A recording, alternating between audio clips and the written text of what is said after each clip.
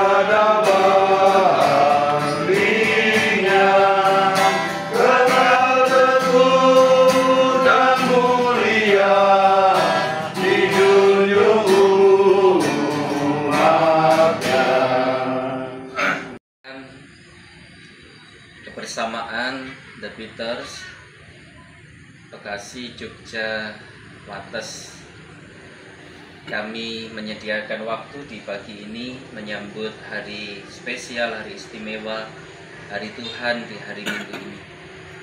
Biarlah waktu sejenak ini, waktu pemberhentian kami untuk merefleksikan kasih sayang dan pemeliharaan Tuhan yang tidak pernah putus dalam hidup kami.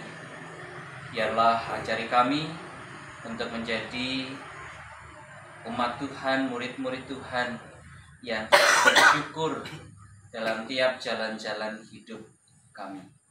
Berfirmanlah ya Tuhan dan kami siap mendengar. Amin. Tur de menoreh hari ini. Bilangan 21 ayat 4 sampai 9. Bilangan 21 ayat 4 sampai dengan 9. Saya membaca ayat 6. Panjenengan sami, ibu bapak sederek membaca ayat yang ganjil. Pasti TB1 semua nih, karena tidak ada yang bawa Alkitab. Bilangan 21. Bilangan. Bilangan. Saya bilangin Pak. 21 ayat 4 sampai 9. Namberin. Ulah tembaga. Judulnya Ular Tembaga. Saya ayat 4 panjenengan sami berikutnya saya genap panjenengan ganjil.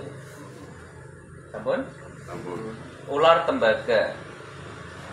Setelah mereka berangkat dari Gunung Hor berjalan ke arah Laut Teberau untuk mengelilingi tanah Edom, maka bangsa itu tidak dapat lagi menahan hati di tengah jalan.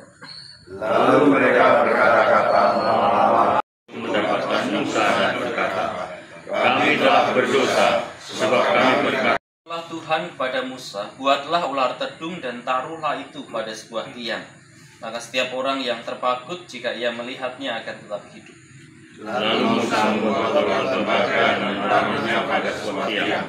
Maka jika seseorang bermakna dan yang sama dengan ibadah minggu di Bambu Kuning. Kalau di Bambu Kuning itu temanya Allah yang menghukum dan Allah yang mengasihi. Di temanya Allah yang menghukum dan Allah yang mengasihi. Tapi untuk perenungan di pagi hari ini saya mengajak kita untuk memaknai teks ini sebagai sebuah perjalanan, pasang surut perjalanan umat. Pasang surut perjalanan umat. Nah, kisah ini menarik sebetulnya kalau kita lihat sebagai sebuah perjalanan, karena bangsa Israel, bangsa yang berjalan dibawa Tuhan berjalan keluar dari Mesir untuk berjalan ke padang gurun. Harusnya perjalanan itu singkat, pendek, tapi ternyata perjalanan itu diputer-puterkan. Seperti kita kemarin itu. Perjalanan yang muter-muter, yang melelahkan, terus ya bosen. Tapi zaman dulu belum ada mobil, sehingga nggak bisa naik mobil gitu. Sepeda aja nggak ada. Jadi perjalanan itu sebenarnya singkat, tapi ternyata dibuat panjang 40 tahun perjalanan bangsa Israel. Nah, yang menarik di tiap kali ada persoalan, ternyata ada sesuatu yang bisa dipelajari. Jadi perjalanan itu bukan sekedar perjalanan biasa, tapi perjalanan yang perjalanan yang menghasilkan sebuah pembelajaran atau pemaknaan terhadap hidup. Bangsa Israel itu dikenal sebagai bangsa yang bersungut-sungut, ya. Tegar tengkuk, bersungut-sungut, sukanya gerundel, sukanya. Mereka pernah diberi makan mana seperti roti dari surga. Mereka pernah diberi makan daging melalui burung apa sih? Puyuh, kuntul ya. Burung puyuh gitu ya. Jadi sebetulnya mukjizat Tuhan itu sudah banyak dilakukan. Tapi satu waktu ternyata ketika mereka berangkat dari Gunung Hor berjalan ke arah Laut Teberau, ternyata bangsa itu tidak lagi bisa menahan hati di tengah jalan. Artinya mereka protes lagi, mereka bersungut-sungut lagi. Bahkan mereka mengatakan, mana? Jadi karena roti yang roti, makanya dimaknai sebagai roti tidak beragi, tidak ada rasa, tawar. Jadi mereka sudah bosan, sudah merasa ini tidak, mereka muak gitu ya, makanan hambar ini. Nah, yang menarik betul ya, perjalanan yang mengubahkan, perjalanan yang memberi makna terhadap kehidupan bangsa Israel.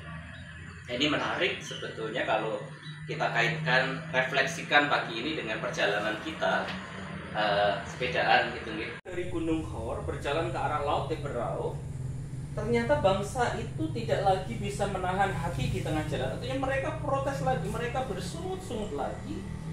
Bahkan mereka mengatakan, ya kami keluar dari Mesir itu apakah untuk dibuat mati sama Tuhan? Mereka menyampaikan tidak ada roti, tidak ada air, dan makanan hambar ini telah membuat kami muak. Jadi mereka itu sudah bosan dengan Tuhan.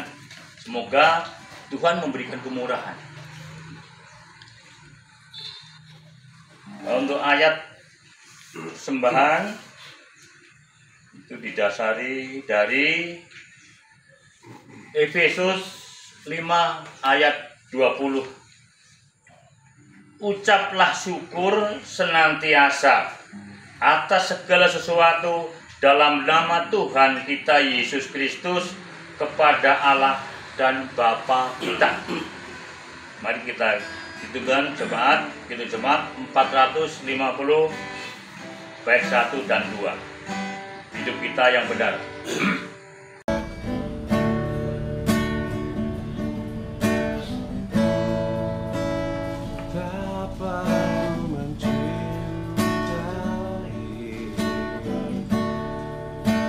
Segala yang telah terjadi, bersendiri jalani hidup ini, selalu menyertai.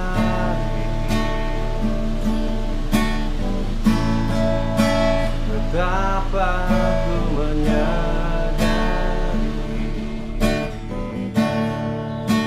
di dalam hidupku ini,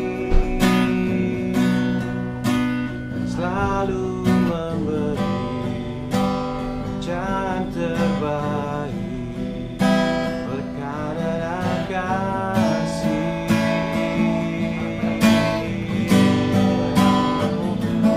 Bapa, sentuh hatiku, ubah hidupku menjadi yang baru, bagai